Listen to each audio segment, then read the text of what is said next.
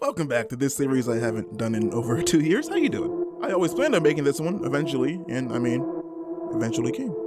With Why Do We Relate? I haven't said that in so long. This series is usually, two characters, kind of compare, contrasted, whatever.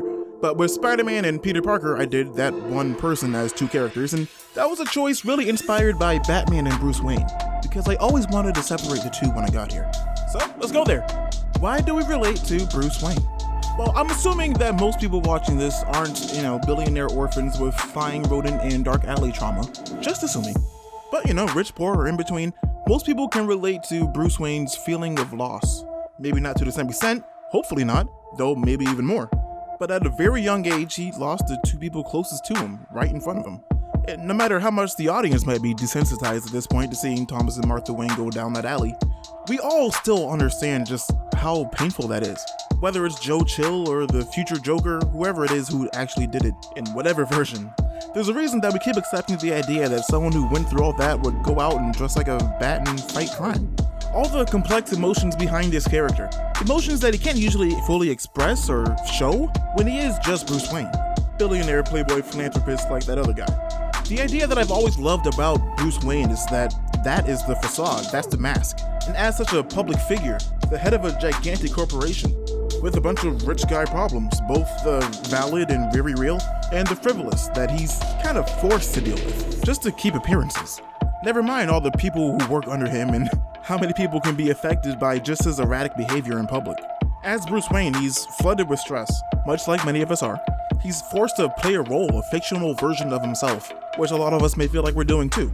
He's forced to go through the motions and pretend to be who he's expected to be. And it's an impossible balance which makes him come off as a lot worse than he really is. He seems immature, he seems flaky.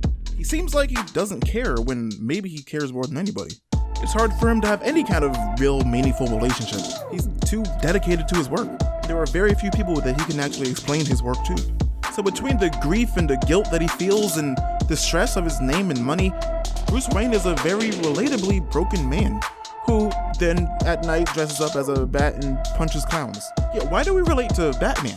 Well, for one, he just kind of has an outlet.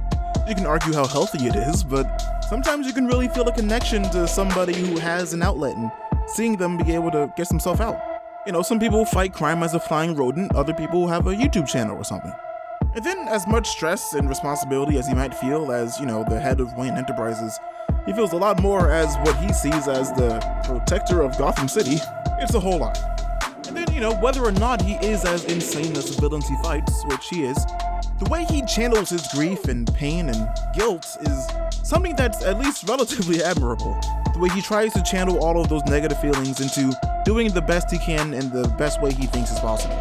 But the moral ambiguity of his actions, even as the unquestioned hero, is still pretty relatable. Sometimes the best we can is just not enough, or sometimes it was just the wrong choice. Should Batman be bringing in all these Robins and Batgirls and such? Is that a really responsible choice? Or is it not entirely his choice to make? Is he providing them with the outlet that they need, or is he feeding their addiction like his? Because he is addicted to being Batman. There's a lot for him to wrestle with aside from, Bane. And there's a lot you can take from his relationships with his villains. Not just in the, Catwoman kind of way, but with her and with the rest, Batman still wants to be Batman and uphold the standards of Batman, even against the worst of evil.